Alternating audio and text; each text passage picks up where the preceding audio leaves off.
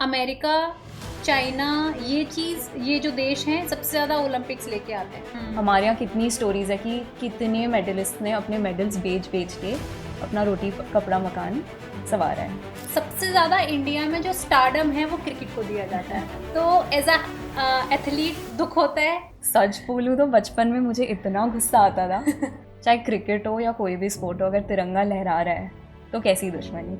लेकिन उन्होंने ये बोला कि भाई हिंदू मुस्लिम एकता के लिए मैच चला दो, इतना उसको फेमस कर दो कि हर घर में वो टीवी में दिखना चाहिए। विनेश फोगट के साथ जो हुआ जी, उनका वेट कुछ ग्राम से ज़्यादा था जिसकी वजह से उन्हें डिस्क्वालीफाई किया। उस लेवल पे गलती अगर हुई तो सिर्फ एथलीट की नहीं होगी, पूरे टीम की रही होगी।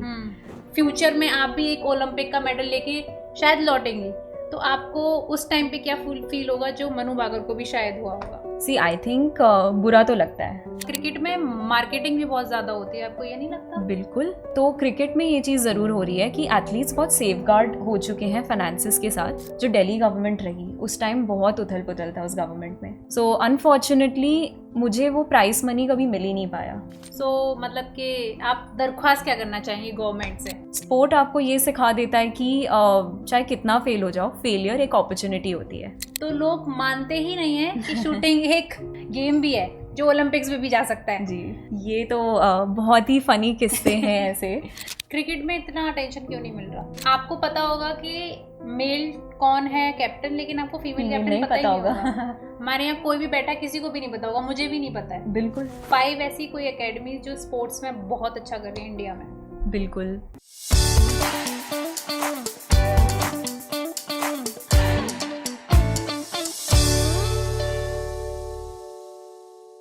हेलो नमस्ते, मेरा नाम है मानवी और आप देख रहे हैं द सोशल लाइट।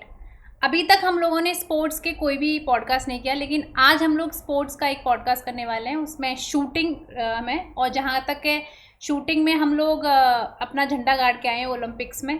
तो आज मेरे साथ हैं इंटरनेशनल शूटर राजश्री संचेती। तो आज हम उनसे बात करेंगे ओलंपिक्स की, गेम्स की, स्पोर्ट्स की। सो बहुत ही इंसाइटफुल होने वाला है पॉडकास्ट, तो बने रहिएगा हमारे साथ और सोशल लाइट को सब्सक्राइब कर दीजिए। So welcome to Social Light. कैसी हैं आप? थैंक यू मानवी, मैं बढ़िया हूँ, आप कैसे हो? एकदम बढ़िया। तो मैं सबसे पहले तो ये जानना चाहती हूँ, शूटिंग एक ऐसा गेम है जिसमें इतना रिकग्निशन इंसान को मिलता नहीं है, और आपने शूटिंग चूज करा, वो क्यों? तो मेरी कहानी ऐसी है जहाँ इंस्पिरेशन अपने घर में ही मिल गई। मेरा बड़ा भाई है अंकित संचेती, वो उसको बचपन से बंदूकों का शौक था और मुझे लगता है मम्मी पापा को लगा कि इसके शौक सही तरीके से एग्जीक्यूट हो जाएं, तो उसको स्पोर्ट्स में डाला। तो वो बना पिस्टल शूटर, वो श्री जसपाल राणा के अंडर ट्रेन हुआ एंड वहाँ से हम लोगों की जर्नी शुरू हुई। And that's how shooting came into our family. My brother is an international shooter himself, और ऐसा हुआ कि जब वो मास्टर्स पढ़ने गया, वापस आया, तो तब तक मुझे इंटरेस्ट आ गया। और तब मेरा अंडर ग्रेजुएशन ख़त्म हो गया था, तो मैंने कहा अब लाइफ काफ़ी इंटरेस्टिंग रही है और इंटरेस्टिंग बनाते हैं। और उसी दौरान ऐसा हुआ कि एक यूट्यूब वीडियो पे ऐसी आधी रात को मैं बैठी हूँ, चिल कर रही हूँ, और एक यूट्यूब रिकमेंडेशन आता है जिसमें आप समझ लो रात के 2 बजे मैं देख रही हूँ एक इंडियन जीता है, और शूटिंग में जीता है, और पोडियम पे खड़े हुए और नेशनल एंथम बजता है। Oh my God. तो जब ये चीज़ स्पोर्ट्स की है कि जब आप गोल्ड जीतोगे, बिल्कुल साथ में आपका देश जीतेगा, बिल्कुल, और उस रिप्रेजेंटेशन के साथ मुझे रियलाइज़ हुआ कि ये चीज़ है जो मुझे चाहिए लाइफ में। अब कैसे वो समझना था, और धीरे धीरे जब भाई से बात की समझा कि शूटिंग के द्वारा भी किया जा सकता है। और बेसिकली मैं मानती हूँ कि मेरे लिए वो यूट्यूब वीडियो ही सब कुछ है, जहाँ मैंने इम्पोर्टेंस रियलाइज़ की उन 52 सेकेंड्स की। बिल्कुल, जब आपका राष्ट्रगान बजता है, वो मौका होता है, मतलब मेरे लिए तो ऐसा होगा कि मैं अपनी लाइफ जी लूँगी उन कुछ सेकेंड्स में। सो ऐसे शूटिंग शुरुआत हुई एंड अब 9 साल हो गए हैं, मैं करती जा रही हूँ। बहुत मज़ा आ रहा है और बहुत ग्रेटफुल हूँ कि मुझे ये मौका मिलता है करने का।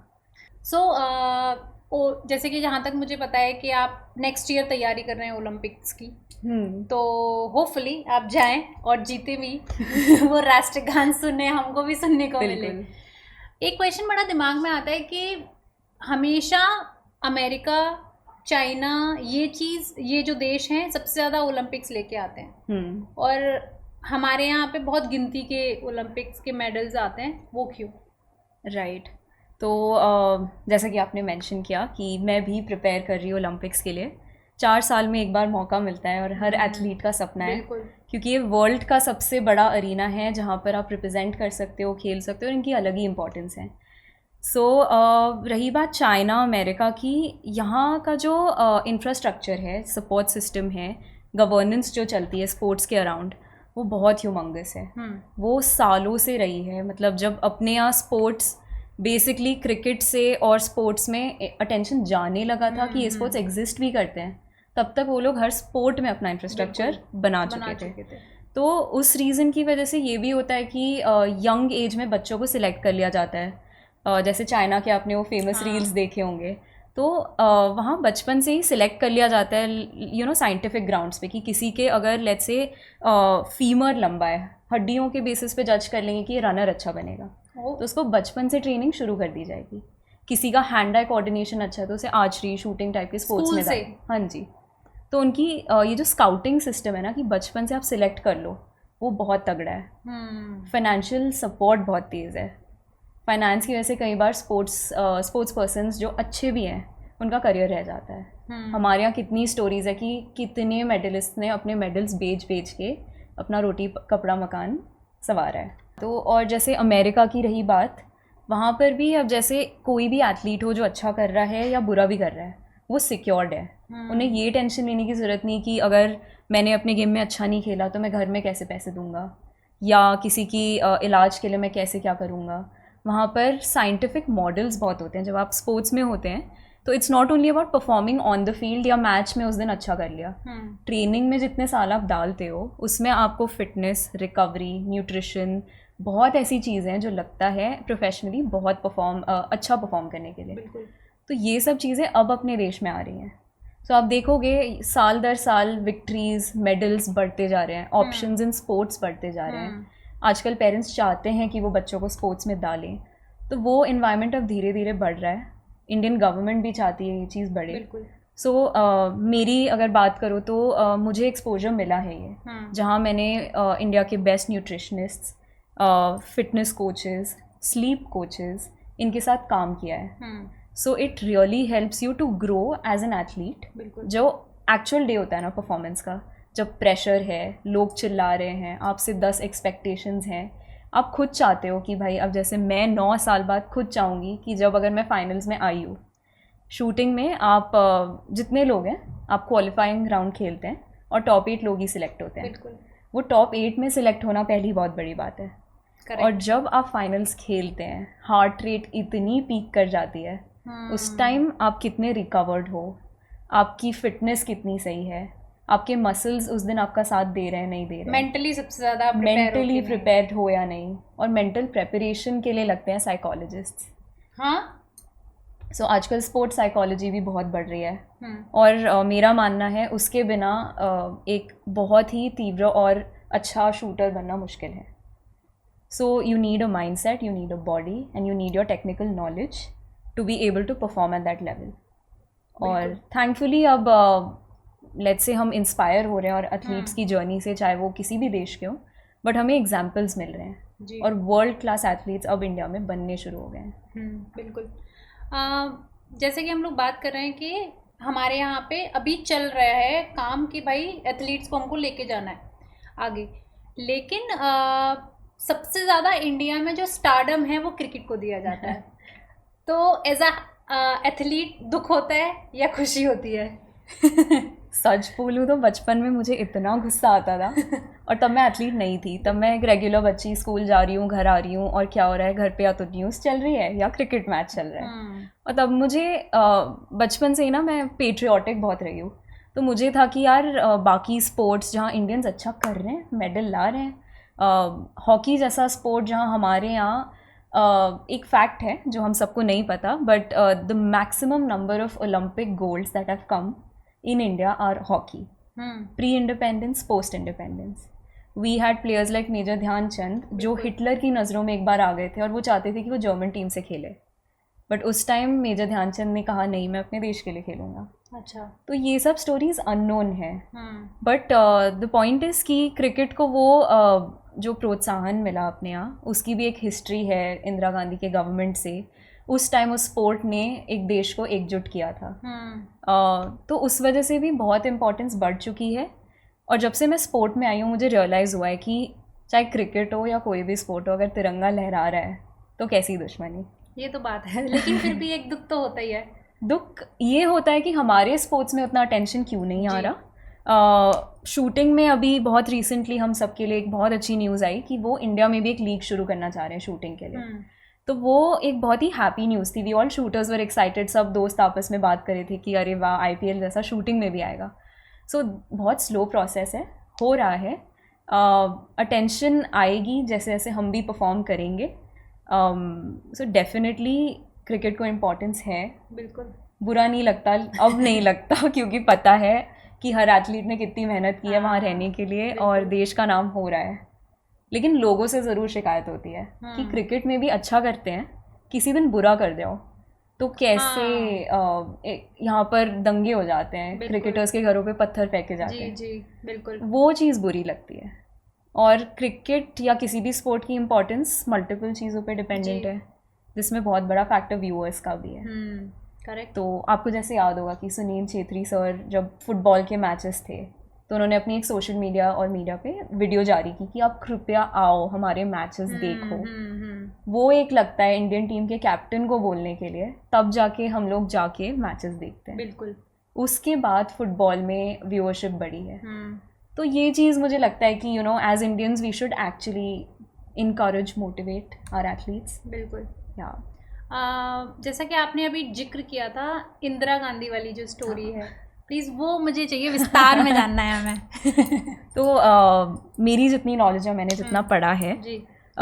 ये हुआ था कि हिंदू मुस्लिम दंगे बहुत चल रहे थे और उस टाइम पार्टीशन के टाइम पे, ये आई थिंक उसके बाद की बात है। ओके। और दंगों के बीच ये था कि कैसे इस चीज़ को मैनेज किया जाए, क्योंकि कोई भी पॉलिसी या कोई भी जो इंटरवेंशन था गवर्नमेंट का वो रियली इट वाजंट वर्किंग, क्योंकि रिलीजन एक बहुत इमोशनल मामला है। करेक्ट। और स्पेसिफिकली अपने देश में हिंदू मुस्लिम जब दंगे हुए हैं तो वो ऐसा नहीं कि एक दिन में निपट गए, इट टुक टाइम, ब्लडशेड हुआ।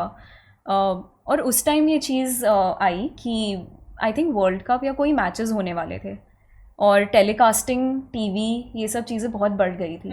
टेक्नोलॉजी इंडिया में आ चुकी थी वो वाली। So it was a strategy I feel, और बहुत ही उम्दा स्ट्रैटेजी मैं बोलूँगी कि हमारी प्रधानमंत्री उस टाइम की, चाहे दुनिया उनके बारे में जो बोलना चाहे, लेकिन उन्होंने ये बोला कि भाई हिंदू मुस्लिम एकता के लिए मैच चला दो, इतना उसको फेमस कर दो कि हर घर में वो टीवी में दिखना चाहिए। फ़र्क ही नहीं पड़ना चाहिए लोगों को कि हमारा धर्म इस वक्त क्या है, ये होना चाहिए कि इंडिया खेल रहा है। इंदिरा गांधी जी ने, हाँ। अब वो मुझे लगता है कि ऐसे टाइम में जब खून खराबा इतना हो गया है, तो मेरा ये मानना है as just a human being कि जो कोशिशें कर लो बस खून खराबा रोक दो, और अगर स्पोर्ट्स वो चीज़ कर रहा है तो क्यों नहीं। बिल्कुल। और शायद इसी वजह से इतना स्टार्टअप मिल रहा है, तब से मिलता हुआ आ रहा है। हाँ। और कई बार ये भी होता है ना, जैसे cricket is the national sport I believe of Britain. Correct. और बड़ा मज़ा आता है जब उनके खेल में उनको हरा दो। तो ये चीज़ स्पोर्ट में कॉम्पिटिटिवनेस जो हेल्दी चीज़ है ना, कि आप मस्ती मस्ती में आप जीत जाते हो, हार जाते हो, और उसमें कोई बुरा मानने वाली बात भी नहीं है। और स्पोर्ट्स ये चीज़ आपको सिखा भी देता है। जी बिल्कुल। हम लोग अभी ओलंपिक्स की बात कर रहे थे, तो ओलंपिक्स में विनेश फोगट के साथ जो हुआ जी, तो एक तरफ तो बोलते हैं कि भाई खिलाड़ी की गलती थी, कुछ वर्ग के लोग, कुछ वर्ग के लोग बोलते हैं कि भाई वहाँ से उसके साथ थोड़ा सा जस्टिस नहीं हुआ। हाँ, या कुछ ऐसी चीज़ें बोली जाती हैं। आपको क्या लगता है एज अ एथलीट क्या हुआ था, क्योंकि आप तो शायद डीप में गए होगे वहाँ रिसर्च में, राइट? रिसर्च और जो इनर सर्कल से सुनने मिलता है, तो उसमें before we go to that मैं ये चीज़ ज़रूर हाईलाइट करनी चाहती हूँ, क्योंकि ये चीज़ मैंने अपने बारे में रियलाइज़ की ड्यूरिंग विनेश's इंसिडेंट, कि हर एथलीट का किसी गेम में आने का रीज़न सिर्फ मेडल जीतना नहीं होता। कई बार आप स्पोर्ट में किसी रीज़न से आ जाते हो कि आप चाहे उस स्पोर्ट में बहुत अच्छे हो, या आपके घर में वो स्पोर्ट होता आया है, या आपको एक एक्सपीरियंस मिल गया लेट्स से स्कूल लेवल पे। बिल्कुल। तो बहुत रीजंस होते हैं। For example I came to listen to the national anthem. वैसे ही आई थिंक विनेश जब आई होगी तो वो लोग हरियाणा के उस फैमिली से हैं जहाँ हर बेटी मैदान में उतरी है। उन लोगों के घर में उस बात की बहुत ज़्यादा रिस्पेक्ट होगी कि women athletes are there, women empowerment comes in that form to them. तो जितना मुझे लगा कि विनेश के लिए ये ज़रूरी है, क्योंकि राइट बिफोर ओलंपिक्स वो एक ऐसे प्रोटेस्ट का हिस्सा थी इंडिया में जहाँ रेप केस डिस्कस हो रहे थे, जहाँ रेसलर एसोसिएशन की बातें हो रही थी, पॉलिटिक्स की बातें हो रही थी, और विनेश एक बहुत बड़ा फेस थी उस प्रोटेस्ट का। एंड आई थिंक उनके लिए उस लेवल पे परफॉर्मेंस मेडल से ज़्यादा एक लड़की की इज्जत रही होगी। करेक्ट। अब ये मैं बस रेफरेंस दे रही हूँ क्योंकि उस लेवल पे भी आपका मोटिवेशन अलग अलग हो जाता है खेलने के लिए। अब रही बात जो उनके साथ हुआ, उनका वेट कुछ ग्राम से ज़्यादा था जिसकी वजह से उन्हें डिस्क्वालीफाई किया। अब ये चीज़ मैं समझना चाहती थी कि उस लेवल पे गलती अगर हुई तो सिर्फ एथलीट की नहीं होगी, पूरे टीम की रही होगी। टीम होती है, साथ में आपके फिजियोथेरेपिस्ट होते हैं, न्यूट्रिशनिस्ट, डॉक्टर्स, हर कोई इन्वॉल्व होता है। तो अगर गलती हुई है, हाँ हम गलती मानते हैं, लेकिन पूरी टीम को एक साथ उस गलती को एक्सेप्ट करना चाहिए या रिजेक्ट करना चाहिए, बट एज अ टीम आना चाहिए। जो बाद में उनके साथ पॉलिटिकली हुआ वो उस पर मेरे कम कमेंट्स हैं इस वक्त, मैंने कम रिसर्च की है, लेकिन एज एन एथलीट मैं विनेश जी की बहुत रिस्पेक्ट करती हूँ। उन्होंने अपने स्टैंड को फॉर्म रखा, चाहे कोई भी लेवल पे उन्होंने परफॉर्म किया हो। अच्छा, गेम्स को पॉलिटिक्स से बड़ा जोड़ा जा रहा है, जैसे विनेश फोगाट जी की बात कर रहे हैं, वहाँ पे पॉलिटिक्स से जोड़ दिया गया। जब ओलंपिक मेडल उनको नहीं मिला, आते ही उनको एक पार्टी ने टिकट दे दी। तो ये जो पॉलिटिक्स से जोड़ा जा रहा है चीज़ों को कंट्रोवर्सी बना के, जी वो सही है या गलत है? पॉलिटिकल लोगों के लिए सही है जीत जाते व्यूअर्स के लिए एंटरटेनमेंट है, लेकिन सही गलत की बात करें तो इंटेंशन की बात करनी चाहिए हमें। कि अगर एक एथलीट का पॉलिटिकल इंटेंशन है जो उनको उस लेवल पे एक नाम और रिकग्निशन मिला, अगर वो किसी अच्छे काम के लिए लगा सकते हैं तो मुझे नहीं लगता उसमें कोई गलत बात है। लेकिन अगर एजेंडा आपका उल्टा है, so maybe politically it could go wrong also. हो सकता है आपको टिकट दी गई हो लेकिन आप अच्छा यहाँ पे पॉलिटिकली ना कर पाओ। बिल्कुल।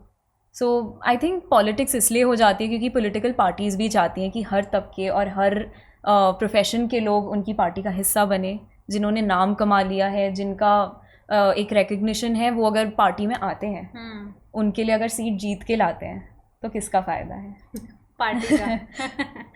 लेकिन by the end it's about people, politics, sport जो कह लो। बिल्कुल। तो अच्छे रिप्रेजेंटेशन आएंगे तो हमारे लिए भी अच्छा ही है। हाँ, अच्छा है। जैसे कि हम लोग भी बात कर रहे थे शूटिंग की और ओलंपिक्स की, एक चीज़ मेरे दिमाग में आई कि मनु भाकर ने 2 ब्रॉन्ज जीते, राइट जी।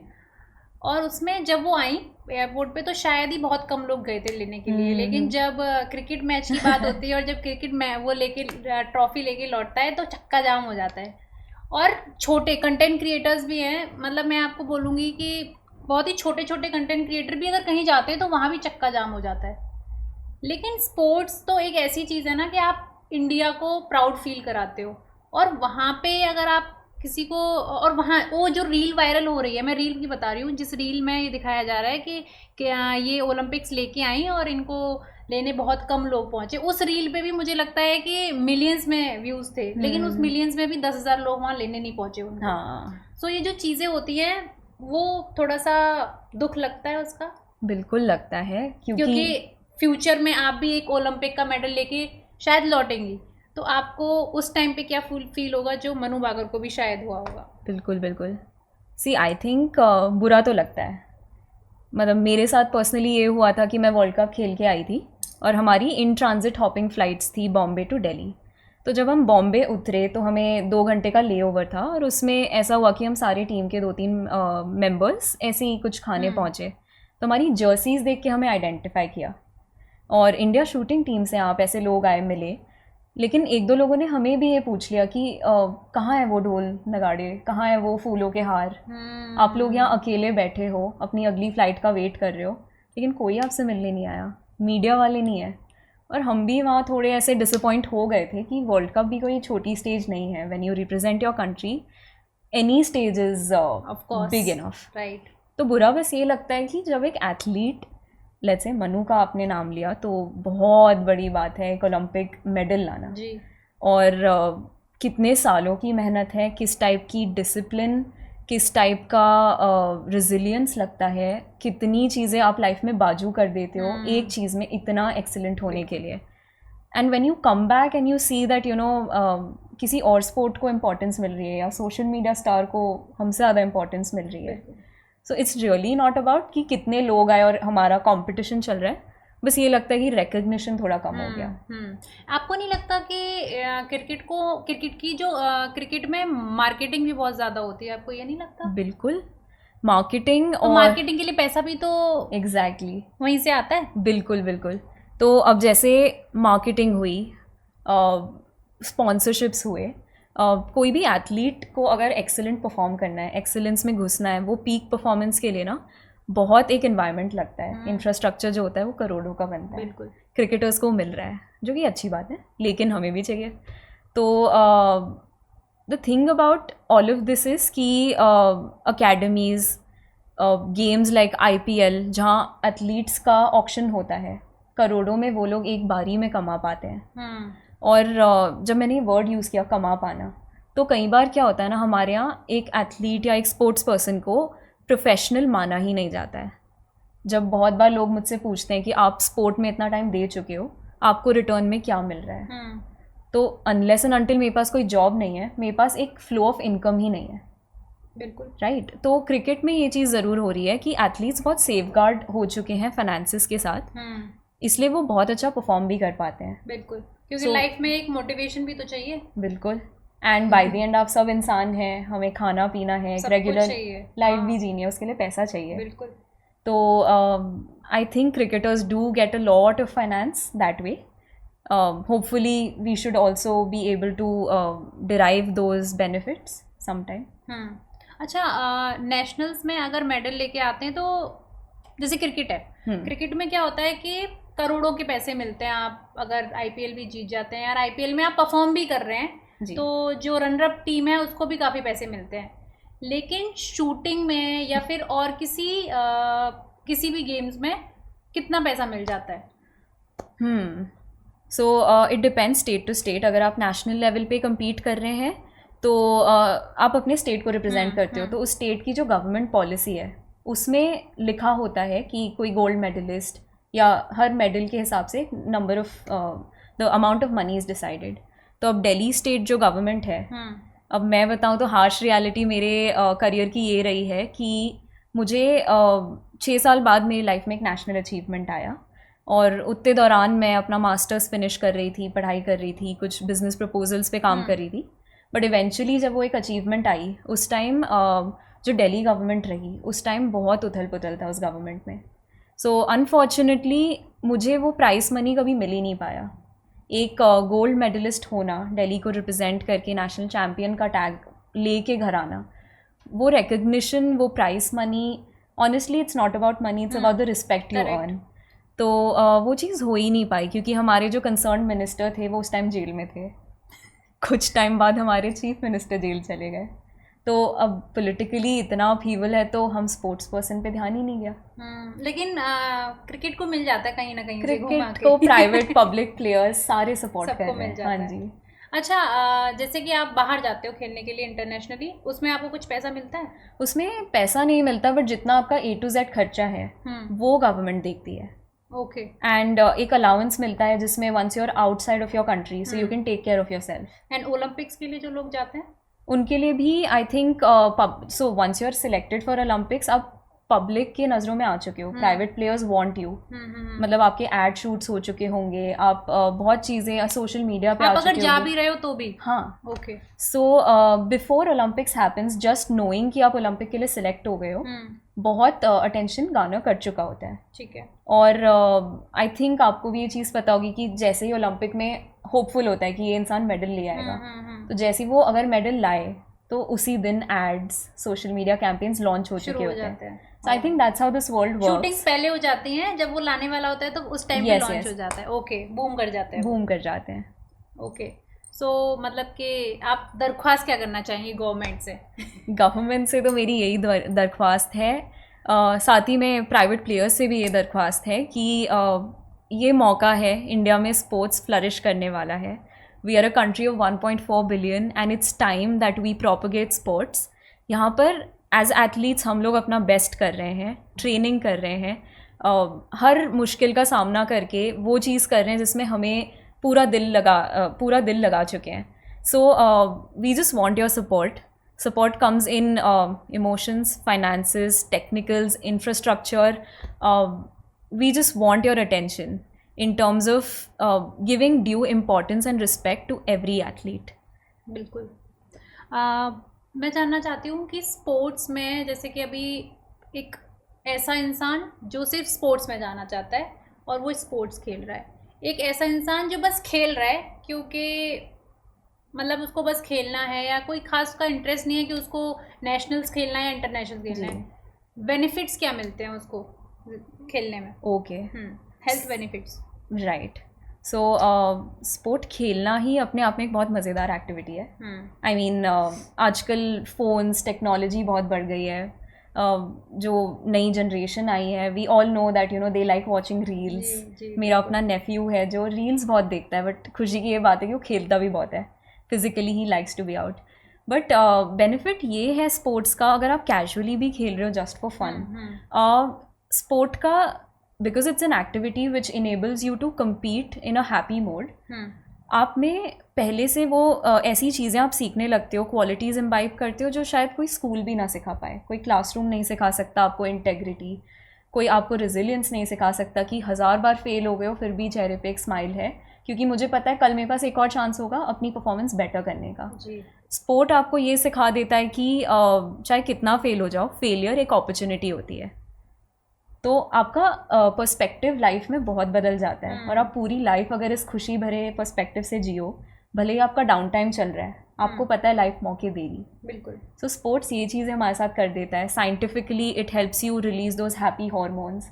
तो कभी भी अगर आप नॉर्मली भी बैठे हो, आज दिन बड़ा आलस भरा है, लेकिन आप नीचे उतर गए, वॉक करके आ गए, लेट्स से 100 मीटर ही आप टहल के आ गए, जब घर वापस आओगे ना आपको एक खुशी फील होगी, क्योंकि मसल्स, आपके नर्व्स, एक एजिलिटी आ गई है. आप फ्रेश एयर ब्रीथ करके आए हो. So your body approves of it, it needs it. So it really helps everyone. And एक फिटनेस की लाइफ हर कोई चाहता है. Who wants to be in the hospital with the growing age? So the best form is have fun, and to have fun probably just play sport. अच्छा, age is just a number, एक term use करा जाता है, लेकिन sports में ऐसा नहीं होता है, क्योंकि एक एज पे आके आपको रिटायरमेंट भी लेना पड़ता है और एक एज में आके आप शायद खेल भी नहीं सकते, कोई एज लिमिट भी होती है. इस पर आपका क्या कहना है? मेरा ये कहना है कि being in a sport like shooting, हम लोग को ये ज़रूर एडवांटेज है कि age is not a limit. Rules भी ऐसे हैं, there are multiple categories. Even a person at the age of 60 can go and compete professionally. तो वो एक एडवांटेज ज़रूर है. And in sports like cricket, football, जो अल्ट्रा एक्टिव स्पोर्ट्स हैं जहाँ आपको अजाइल रहना है, भागना है, वहाँ आई एम श्योर कुछ ना कुछ रिस्ट्रेंट होता है. लेकिन then there are always examples like we have someone like Rohan Bopanna in India, we have an example like Suma Shirur in India. ये सब लोग हैं जिन्होंने एज के बियॉन्ड जाके परफॉर्मेंस दी है. एज को कभी रीज़न नहीं बनाया एक्सीलेंस के लिए. I mean, at the age of 44, winning an international, slam, it's a very big deal. Bilkul. And he was the eldest in the world, not only in India. Rohan Bopanna. Yes. तो ऐसे examples हमेशा, अभी shooting में Olympic में आपको याद होगा एक इंसान बहुत फेमस हुए थे टर्की से, यूसुफ डकेक, जो ऐसे कूल शूटर हैं इसलिए फेमस हुए. You must have seen him also. But the reality is he is worked for 20 years. वो प्रोफेशनली कुछ और भी काम करते हैं, लेकिन 20 years each day he is given 2 to 4 hours for shooting. तब जाके वहाँ परफॉर्म कर पाए. बट उनकी भी एज 40+ है. So I don't think age really is a limit to dream in the first place. और जब ड्रीम्स को आप एग्जीक्यूट करने लग जाते हो प्लान्स के साथ और एक सही मोटिवेशन के साथ, I think anyone can succeed in life. बिल्कुल। अच्छा, इंडिया में लोगों के परसेप्शन भी है कि शूटिंग को लेके इतना इनकरेज नहीं करा जाता। जैसे कि हम लोग की ऑफ कैमरा भी बात हो रही थी, तो लोग मानते ही नहीं है कि शूटिंग एक गेम भी है जो ओलंपिक्स में भी जा सकता है जी। सो उस पर आपका क्या कहना है? ये तो बहुत ही फ़नी किस्से हैं ऐसे, जहाँ पर जब नए लोग आते हैं शूटिंग रेंज पे, अब जैसे ओलंपिक्स हुआ और ब्रॉन्ज़ आया, शूटिंग इंडिया में बहुत अच्छा कर रहा है। ओलंपिक्स के अलावा जो टूर्नामेंट्स हैं, हम बहुत बार ऐसा होता है कि India tops those tournaments, and कई बार लोगों का मानना होता है कि क्योंकि वो स्पोर्ट आसान है शायद इसलिए लोग अच्छा कर रहे हैं। तो कई बार ऐसा होता है कि हम लोग बैठे होते हैं एथलीट्स, और कोई एक नॉन एथलीट इंसान आता है और हमसे कहता है कि भाई इसमें क्या है, मैं भी शूट करता हूँ थोड़े टाइम, शायद नेशनल चैम्पियन तो मैं भी बन जाऊँ, शायद टीम में मैं भी आ जाऊँ। तो हमारा सीधा जवाब होता है हाँ भाई गन पकड़, पहले एक टारगेट पे बुलजाई मार के दिखा, फिर you'll know। So it's a very funny banter. हम लोग बुरा नहीं मानते इस बात का, क्योंकि जब हमने भी शुरू किया था, मैंने जब शुरू किया था मुझे भी लगा था कि 2-3 साल में हो जाएगा, but it took me a fairly longer time. And बहुत फ़नी इंस्टेंसेस इस अराउंड होते हैं कि मानना यही है कि शूटिंग एक तो पहली बात स्पोर्ट ही नहीं है, दूसरा प्रॉब्लम ये है कि स्पोर्ट कोई प्रोफेशन ही नहीं है। तो एज अ होल पर्सपेक्टिव ना, कई बार ऐसे देखा जाता है कि आप कोई हॉबी कर रहे हो, मस्ती मजाक के लिए कर रहे हो, कर लो, हाँ हॉबी समझी जाती है। करेक्ट। लेकिन लोगों को ये नहीं पता ना कि लोग अपनी ज़िंदगी दे देते हैं उस हॉबी के लिए भी। जी हाँ, राइट। एक बार मैं भी गई थी शूटिंग रेंज में शूटिंग करने के लिए, भाई मेरे से एक निशाना नहीं लगाया गया।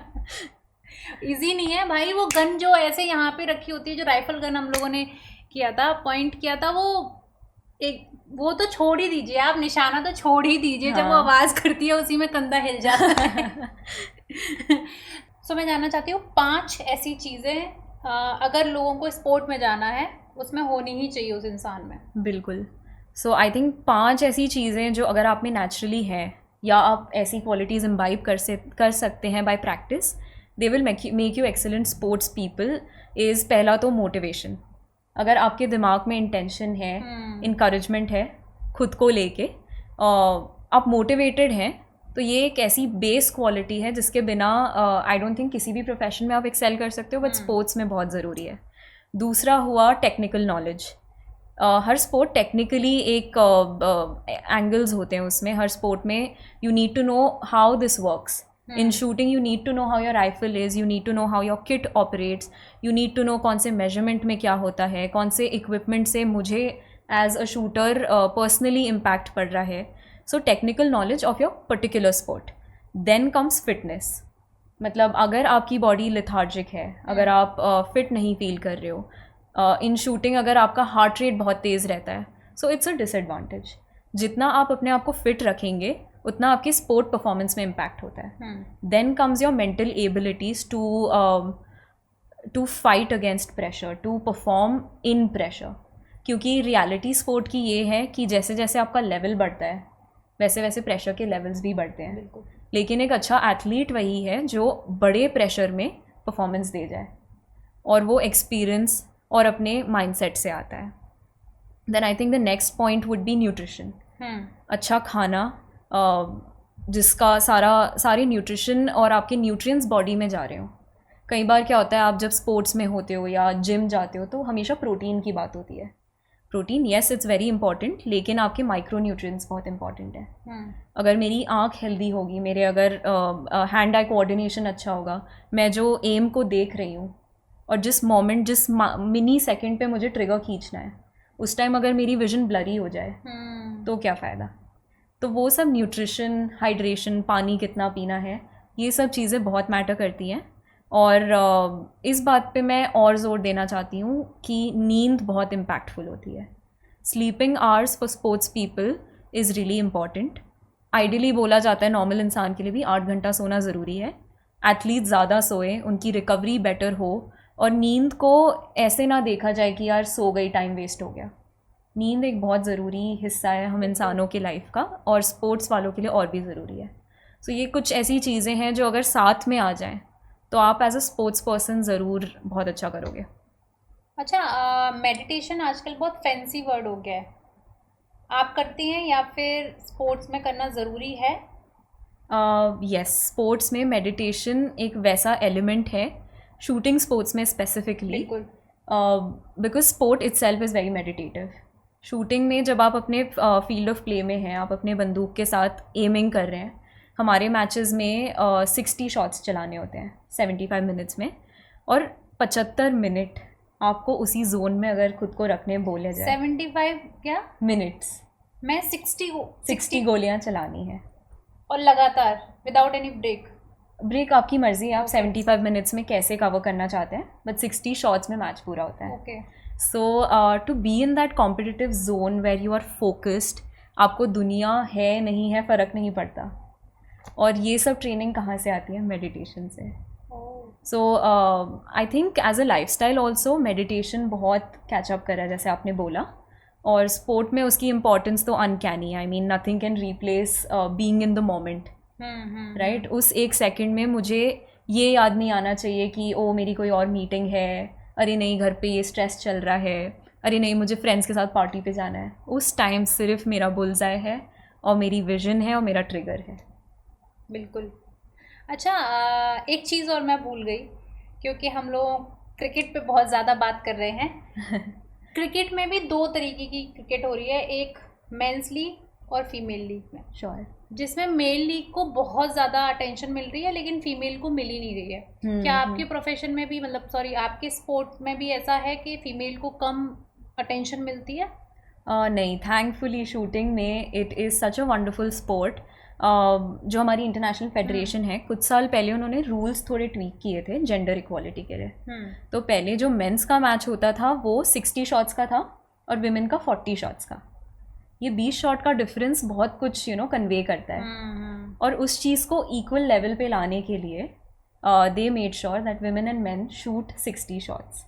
और अब ऐसा हो गया है वर्ल्ड वाइड, जो वर्ल्ड रिकॉर्ड्स हैं, इतने टॉप नॉच एक्सीलेंट स्कोर्स हैं, and you'd be happy to hear कि वो सब विमेन हैं। Like women are excelling in my discipline which is 10 meters air rifle, and women empowerment is also reflected through these things. Definitely उस चीज़ का coverage उतना नहीं हो पा रहा है, बट हम as athletes we want to be examples of women empowerment. Personally मेरे लिए बहुत ज़रूरी है कि अगर मैं लाइफ में स्पोर्ट में अच्छा करती हूँ तो मैं उसको एक इंडिकेटिव एग्जाम्पल बनाऊँ कि लड़कियाँ कुछ भी कर सकती हैं अगर वो ठान ले तो। क्रिकेट में इतना अटेंशन क्यों नहीं मिल रहा? Cricket, I think men's cricket has really gathered all the attention, जो हमने इतनी देर में बात की। और उस दौरान लड़कियों का फील्ड पे रहना ही बहुत बड़ी बात मानी जाती थी। मतलब इस चीज़ को नॉर्मल कर देना चाहिए कि लड़कियां भाग रही हैं। मुझे लगता है कि आपको पता होगा कि मेल कौन है कैप्टन, लेकिन आपको फीमेल कैप्टन नहीं पता होगा। हमारे यहाँ कोई भी बैठा, किसी को भी नहीं पता होगा, मुझे भी नहीं पता है। बिल्कुल। क्या चेंजेस होते हैं टीम में, कुछ किसी को भी नहीं पता है। कब इंडिया जीतती है ये भी नहीं पता होता हम लोगों को, वो न्यूज़ तक में नहीं आती। बिल्कुल बिल्कुल। सो काफ़ी अनफॉर्चुनेट चीज़ है, और ये आई थिंक स्पोर्ट्स में बहुत लाउड तरीके से हम दिखा सकते हैं कि जेंडर इनइक्वालिटी है, क्योंकि मेहनत इक्वली कर रहे हैं सब।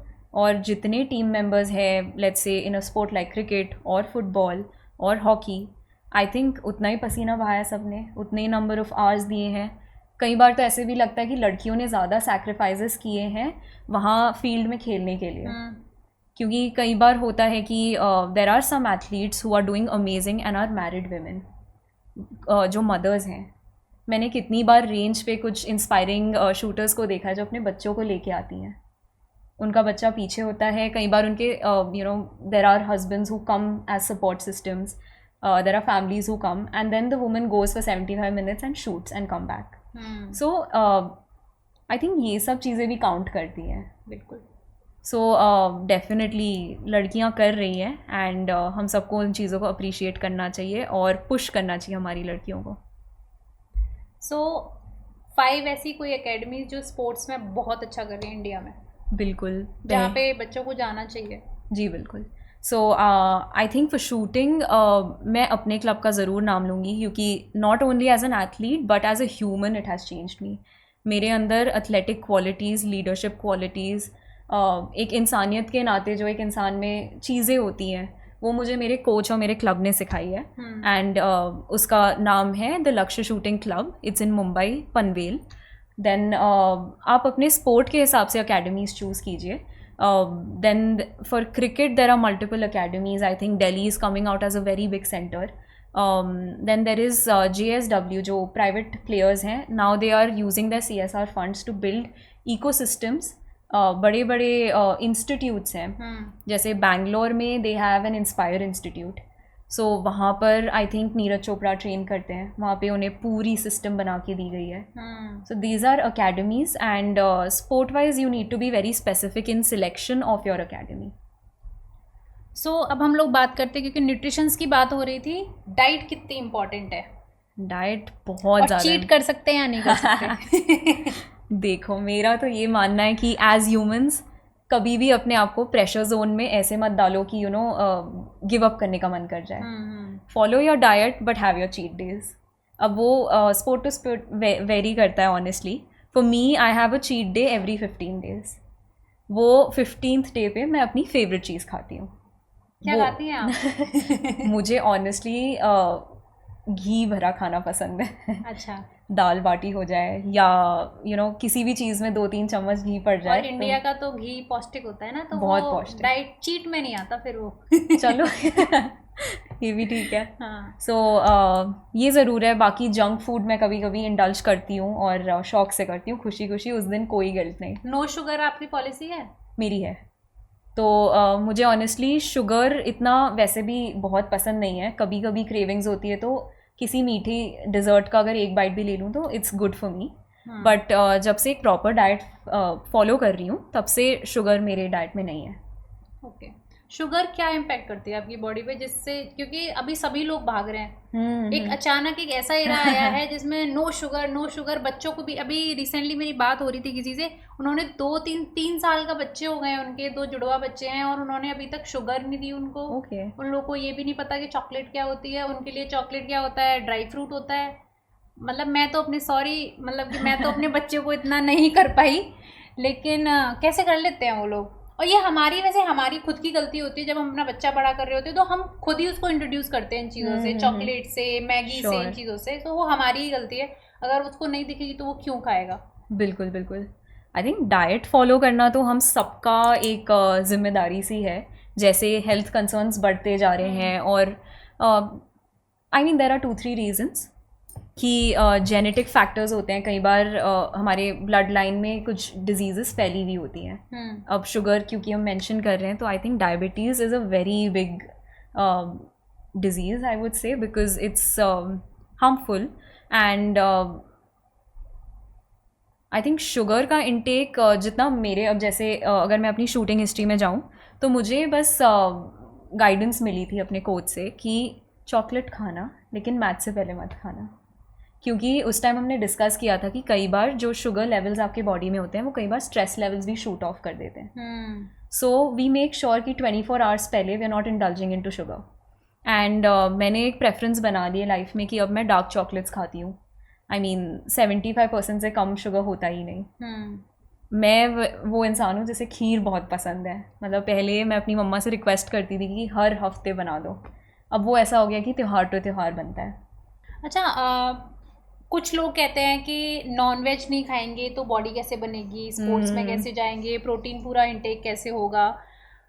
लेकिन कुछ जो वेजिटेरियन है, आजकल तो वीगन एक चल गया है कि भाई वो पनीर भी नहीं ले सकते. जी बिल्कुल. सो उस पर आपका क्या कहना है? क्या विदाउट नॉन वेज आप स्पोर्ट्स में नहीं जा सकते? बिल्कुल जा सकते हैं. In fact I am a vegetarian and that too I am a Jain. So ये ज़रूर है कि जब आपको करेक्ट गाइडेंस मिल जाए तो being a vegetarian I think I have never had an issue. So rather अगर आपके माध्यम से मैं अगर अपना डाइट शेयर करूं जो किसी को अगर हेल्प मिल सके तो आई वुड लाइक दैट. सो दिन की शुरुआत होती है तो एकदम उठते ही, फ्रेश होते ही ब्रेकफास्ट नहीं करती मैं. उठने के बाद गर्म पानी पिया, थोड़े नट्स खाए जिसमें ज़्यादातर पिस्ता और बादाम होता है, और ये ओवरनाइट सोक्ड होते हैं।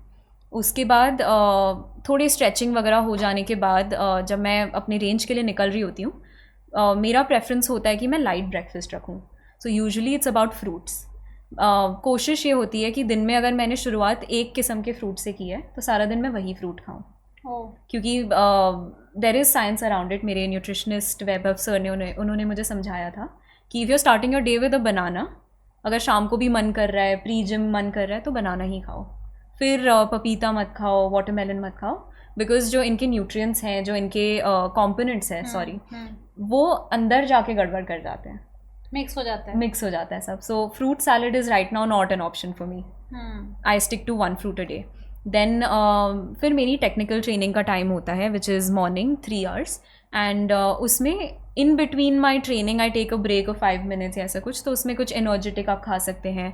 अगर आप शुगर फ्री लड्डूज़ अपनी मम्मा से बनवा सके, या शुगर की जगह उसको रिप्लेस कर दो डेट से, तो ऐसे टाइप के लड्डूज़ मेरी मॉम बहुत हेल्प करती है इन चीज़ों के साथ। So I try those things.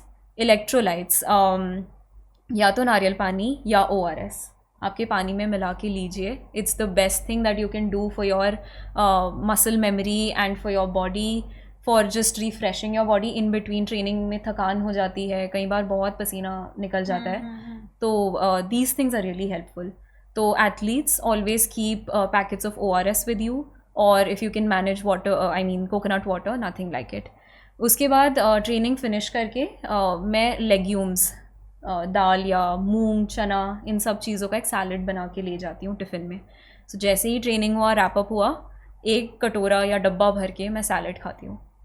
फिर उस टाइम घर आने तक डिसेंट भूख लग चुकी होती है for lunch, which is so एक बहुत बड़ा अच्छा फैक्ट है जो आई थिंक आपके भी काम आएगा, कि जब भी आप खाना खा रहे हो सिर्फ 80% पेट भरो, क्योंकि हमारा मन होता है ना कि पूरा पेट भर के खाना है और बढ़िया लगना चाहिए खाने के बाद।